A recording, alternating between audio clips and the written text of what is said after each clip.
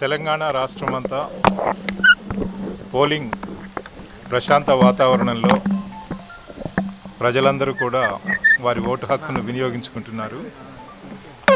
ఈరోజు ఉదయం 7 గంటల నుండి పోలింగ్ ప్రశాంతంగా స్టార్ట్ అయ్యి అన్ని చోట్ల కూడా ముందుకు కొనసాగుతున్నది.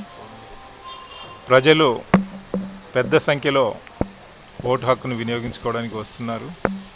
అట్లాగే మనకి ఛాలెంజింగ్ ఏరియాస్ ఉన్నటువంటి తీవ్రవాద సమస్యలు ఉన్నటువంటి ఏరియాస్లో కానీ అట్లాగే ఎక్కువగా ఈవీఎంస్ వాడుతున్నటువంటి నంబర్ ఆఫ్ క్యాండిడేట్స్ చాలా ఎక్కువగా ఉన్నటువంటి నిజామాబాద్ పార్లమెంట్ కాన్స్టిట్యున్సీలో కానీ మిగతా సమస్యాత్మక ప్రాంతాల్లో కానీ అన్ని చోట్ల కూడా పోలింగ్ చాలా ప్రశాంతంగా నడుస్తుంది. ప్రజలందరికీ మనవి, మీరు నిర్భయంగా ఓటు హక్కును వినియోగించుకోండి, ప్రశాంతంగా దీంట్లో పార్టిసిపేట్ చేయండి. ఈరోజు ఈ ఎన్నికల కార్యక్రమాన్ని ప్రశాంతంగా ముగించేటట్టుగా అందరూ స్టేక్ హోల్డర్స్ ఎలక్షన్ యంత్రాంగానికి సహకరిస్తూ సమన్వయం చేసుకొని ముందుకు పోవాల్సిందిగా కోరుతున్నాను.